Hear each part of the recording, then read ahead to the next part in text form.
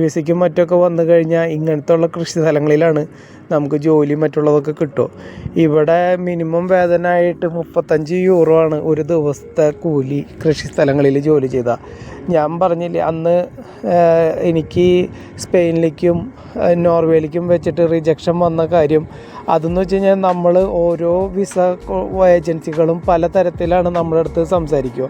അപ്പോൾ അവർ അവിടെ നമുക്ക് ജോലി റെഡി ആക്കിയിട്ടുണ്ട്, നോർവേയിലേക്ക് അല്ലെങ്കിൽ സ്പെയിനിലേക്ക് ജോലി റെഡിയാണ്, നിങ്ങൾ ധൈര്യമായിട്ട് പൊക്കോ, പക്ഷേ നിങ്ങൾക്ക് അപ്പോൾ പ്രോപ്പർ വിസയല്ല, നമ്മൾ ടൂറിസ്റ്റ് വിസയിലാണ് നിങ്ങളെ വിടുക, അത് കഴിഞ്ഞ് അവിടെ ചെല്ലുമ്പോൾ നിങ്ങൾക്ക് പേപ്പർ പെട്ടെന്ന് കിട്ടും, ക്ലിയർ ആവും എന്നൊക്കെയാണ് അവർ പറയണത്.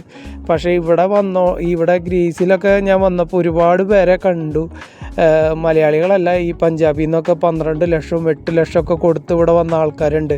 ഒരുപാട് പ്രശ്നങ്ങളും കാര്യങ്ങളൊക്കെ ആയിട്ട് മുന്നോട്ട് പോകുന്ന ആൾക്കാരുണ്ട്.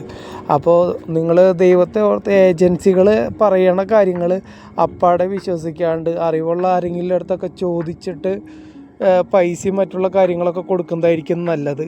കാരണം ഇവിടെ നമ്മൾ പറയും യൂറോപ്പിൽ എവിടെ വേണമെങ്കിലും ജോലി ചെയ്യാം, പക്ഷേ ഇവിടെയും ജോലി ചെയ്യണോണ്ട് കുഴപ്പമില്ല. പക്ഷേ പോലീസ് പിടിച്ചു കഴിഞ്ഞാൽ, ഗ്രീസിൽ പോലീസ് പിടിച്ചു കഴിഞ്ഞാൽ ജയിലിൽ കൊണ്ടിടും.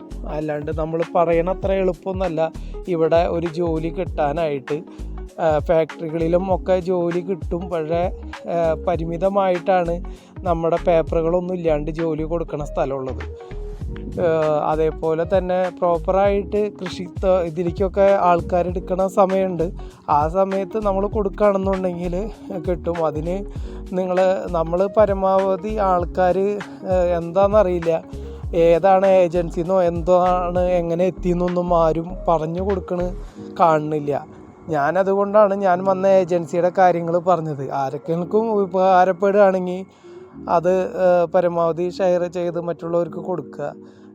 അപ്പം പരമാവധി മറ്റുള്ളവർക്കും ഷെയർ ചെയ്യുക. നമ്പറുകളും കാര്യങ്ങളൊക്കെ നമ്മളിവിടെ എത്തിയ പോലെ തന്നെ വരാൻ ആഗ്രഹമുള്ളവരെങ്ങനെയും എത്താനായിട്ട് സഹായിക്കുക.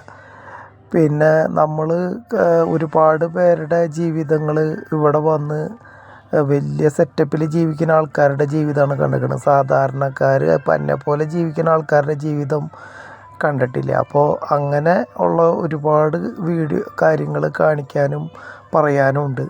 അപ്പോൾ അടുത്ത വീഡിയോകളിൽ അത് ഞാൻ കാണിച്ചു തരാം.